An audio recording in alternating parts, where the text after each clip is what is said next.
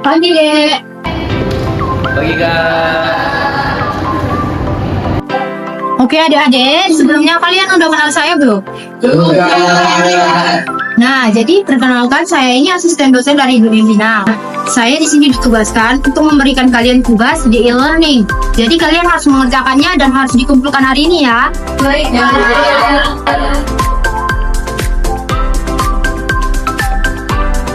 Izin Bu, kemarin saya ngajarin Bina buat ujian susulan.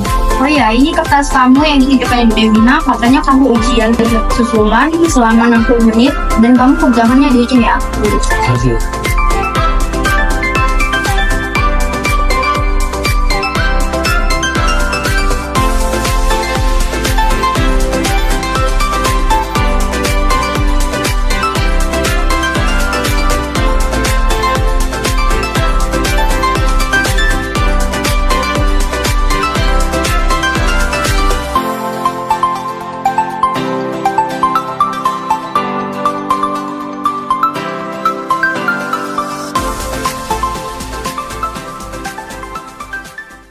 Bank adalah lembaga keuangan yang menyediakan berbagai layanan keuangan seperti penyimpanan uang, pemberian pinjaman, dan berbagai layanan pembayaran.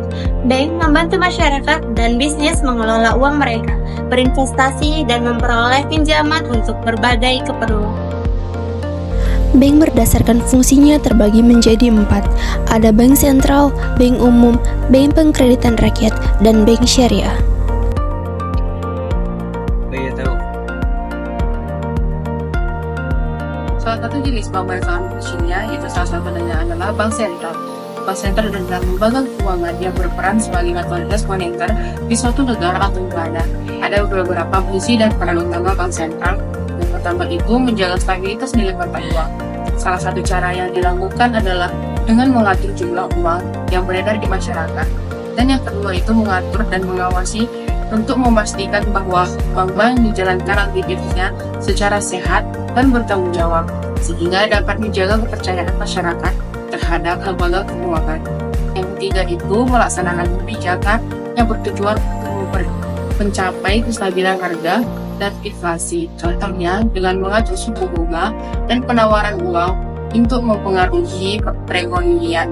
Dan yang keempat itu bank sentral berperan sebagai leader of last resort.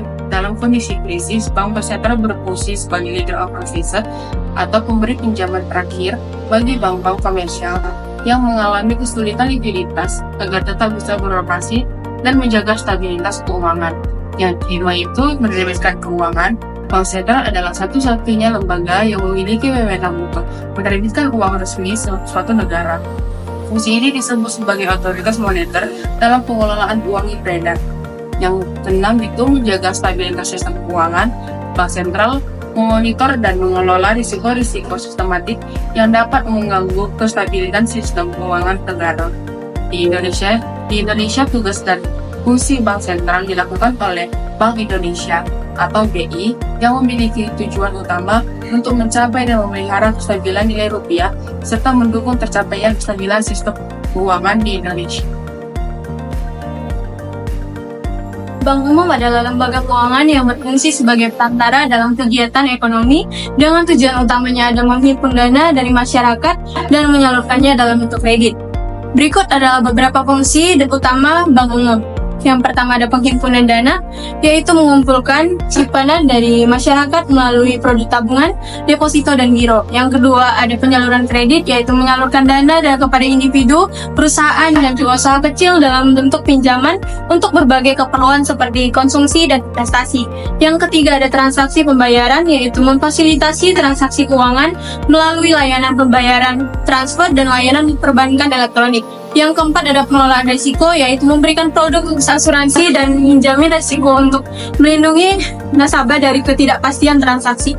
Yang kelima ada pemberian layanan keuangan, yaitu menawarkan berbagai layanan tambahan seperti investasi, layanan nasabah prioritas, dan layanan fluktuasi.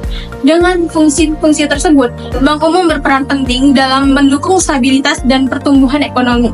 Ada beberapa contoh Bank Umum di Indonesia. Yang pertama ada Bank Mandiri, Bank Rakyat Indonesia atau BRI, Bank Negara Indonesia atau BNI, dan Bank SEM Niaga.